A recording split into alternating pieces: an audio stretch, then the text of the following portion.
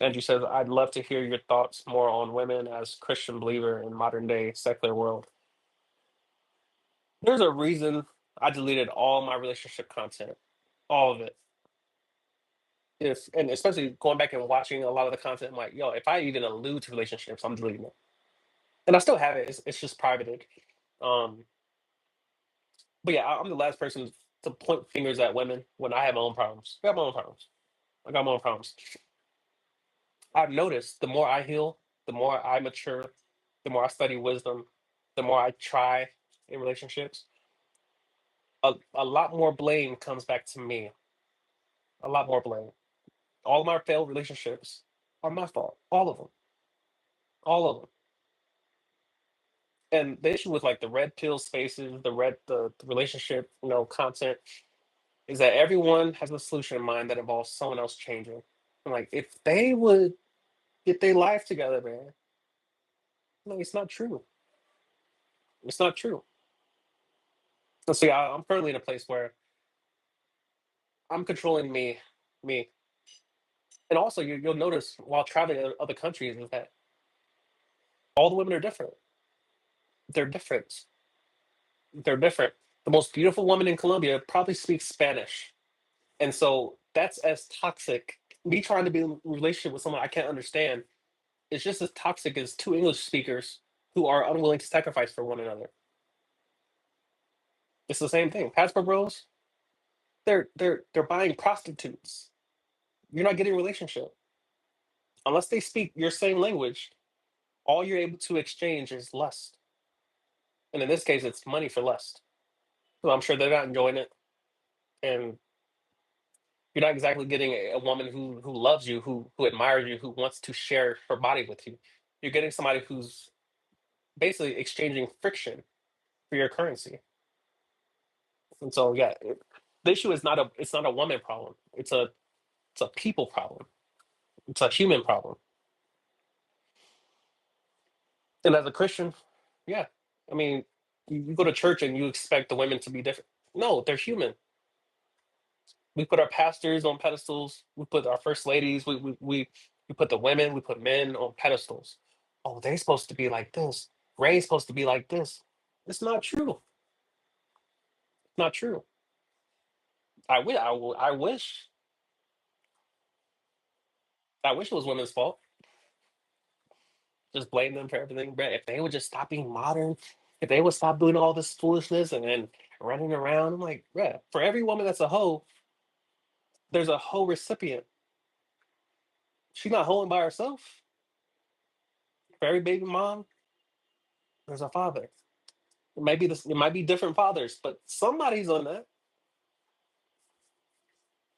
Somebody's in there. So yeah, there's no singular solution in terms of all the women are wrong or all the men are wrong. It's focus on yourself, man. That's all you can do. That's the only result that you can control is how am I into a relationship? Am I being honest? Am I being vulnerable? Am I telling the truth?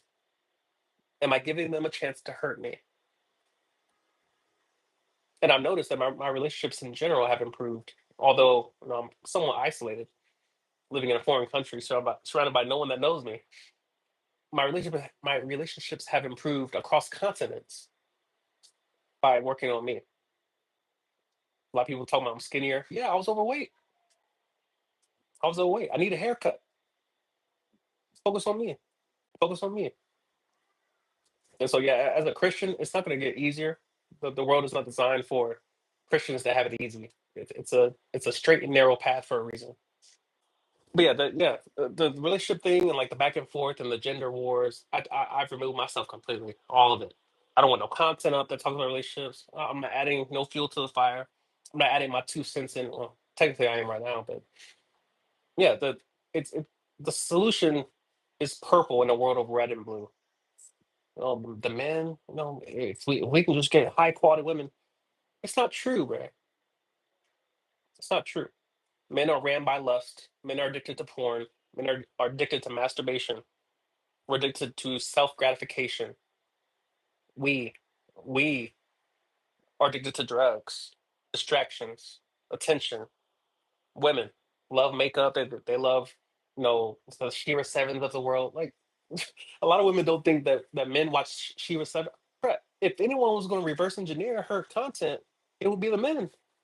Men have incentive to watch her just as much as women do. It's not going to work. Everyone's trying to manipulate the other person. I'm like, it's not going to work. It doesn't work. Eventually, you get got. Everyone thinks that they're the best in the world. You watch the NFL, you watch the NBA. Everyone gets dunked on. Everyone gets crossed. Everyone gets trucked. Everyone gets juked. Everyone gets Randy Mossed. Your day's coming. Everyone's gonna get pancaked. Your day is gonna come at some point, man. So humility is the advantage. Vulnerability is the advantage. Honesty is the advantage. Just tell the truth. It's gonna come out eventually anyway. It will come out eventually anyways. So it's better just be upfront and give people a chance to love you as you are. And one thing you'll notice that you will experience rejection, but you will also experience acceptance. Someone will value you as you are. Like my background is not blurry. It's not beautiful. It's not perfectly composed. But y'all still watched. I'm like, why have I been stressing over composition for all these years? Why do I have the most expensive camera? Bro, I just use my phone. People still watched, if not more so. So it's definitely encouraging to see that honesty is valuable in today's world. More like all the fruits of the spirit are valuable. They're all utilities. They're all useful. And so, what are your thoughts on the red pill, blue pill, black pill, etc.? They all have a measure of truth, kind of like rat poison. It's like 99% rat food, but that 1% of poison is all it takes. And they all have a measure of poison mixed in them because at the center of it is lust. At the center of all these different pills is manipulation. It's how can I get from this person? How do I take? How do I get them to just give to me as much as they can? How do I get them to just work and stress and sacrifice and give to me and satisfy me and touch me and make me feel it's all self-centered. It's all self-gratification. It's all selfish. And if you'll notice that some of your best relationships are the exchanging of value, the exchanging of value. And so, yeah, all the pills have a measure of truth. Like the black pill, yeah, looks do matter. Looks do matter. There's a reason why I'm getting a haircut and not just walking around looking crazy. Yeah, because looks do matter.